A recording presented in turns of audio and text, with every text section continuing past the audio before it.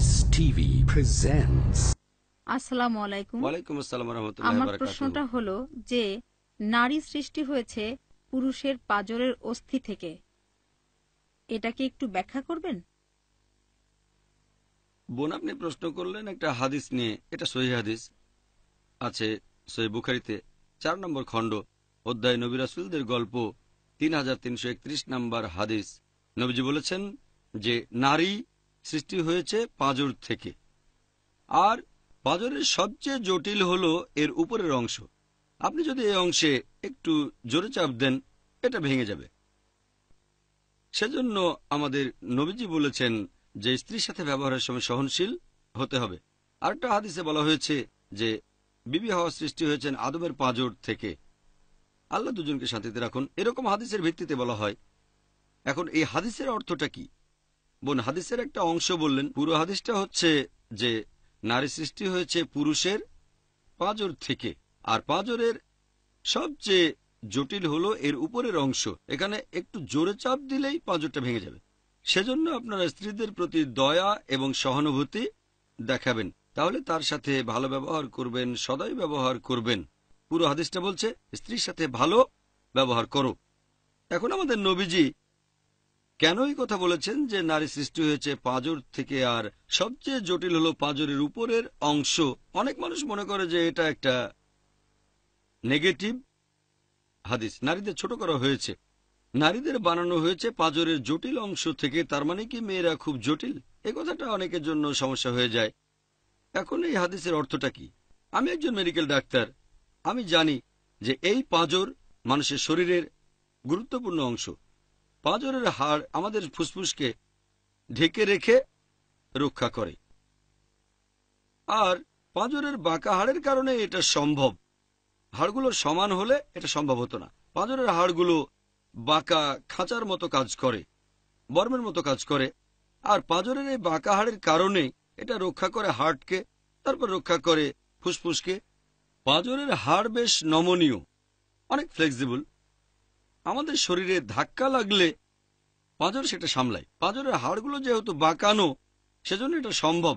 পাঁজর যদি বাঁকানো না হতো তাহলে এটা রক্ষা করতে পারতো না আমাদের হার্টকে, খুবই গুরুত্বপূর্ণ অঙ্গ, তারপর ফুসফুসকে। তাই মহিলারা এই ব্যাপারটাকে নেগেটিভ ভাবে নেবেন না, বরং পজিটিভ ভাবে নেন। একটা ব্যাপারকে আপনি কিভাবে দেখছেন সেটাই গুরুত্বপূর্ণ। আপনি আশাবাদী হতে পারেন, হতাশাবাদীও হতে পারেন। আমি আশাবাদী মানুষ। ব্যাপারটা কিন্তু আসলে নেগেটিভ না।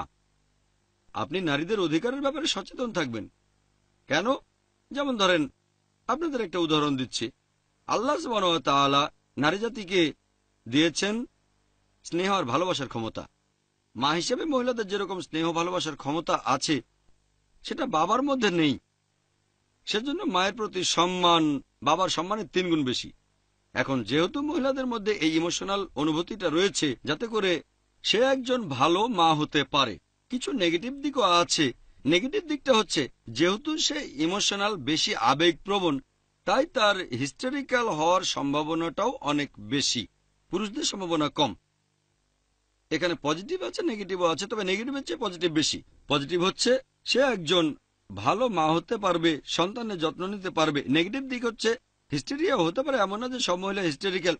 পুরুষদের তুলনায় মহিলাদের হিস্টেরিয়া হওয়ার সম্ভাবনা বেশি, তারপরও হয়তো খুবই কম পার্সেন্টেজ। সব মহিলাই মা হতে পারেন, তবে হিস্টেরিয়া সব মহিলার মধ্যে নেই।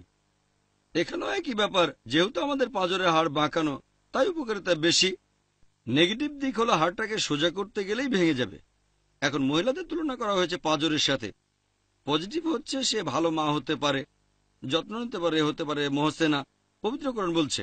তবে সাবধান থাকবেন, তার সাথে ভালো ব্যবহার করবেন, ন্যায় বিচার করবেন, তার উপর বেশি প্রেসার দেবেন না। বেশি ইমোশনাল হলে হিস্টেরিক্যাল হয়ে যেতে পারে যদি বেশি প্রেসার দেন। এখন আমার মত অনুযায়ী এটা একটা পজিটিভ হাদিস।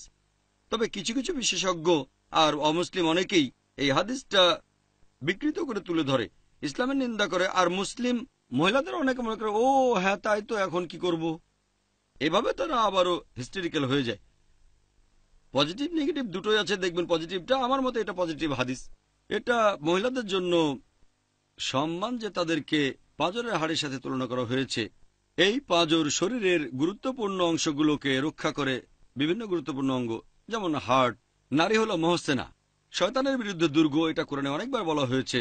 সূরা নিসা 4 নম্বর অধ্যায় 24 নম্বর আয়াতে, সূরা নিসা 4 নম্বর অধ্যায় 25 নম্বর আয়াতে, সূরা মাইদা 5 নম্বর অধ্যায় 5 নম্বর আয়াতে, সূরা নূর 24 নম্বর অধ্যায় 4 নম্বর আয়াতে, সূরা নূর 24 নম্বর অধ্যায় 33 নম্বর আয়াতে, আরো অনেক জায়গায় আছে। আশা করি উত্তরটা পেয়েছেন। Peace TV presents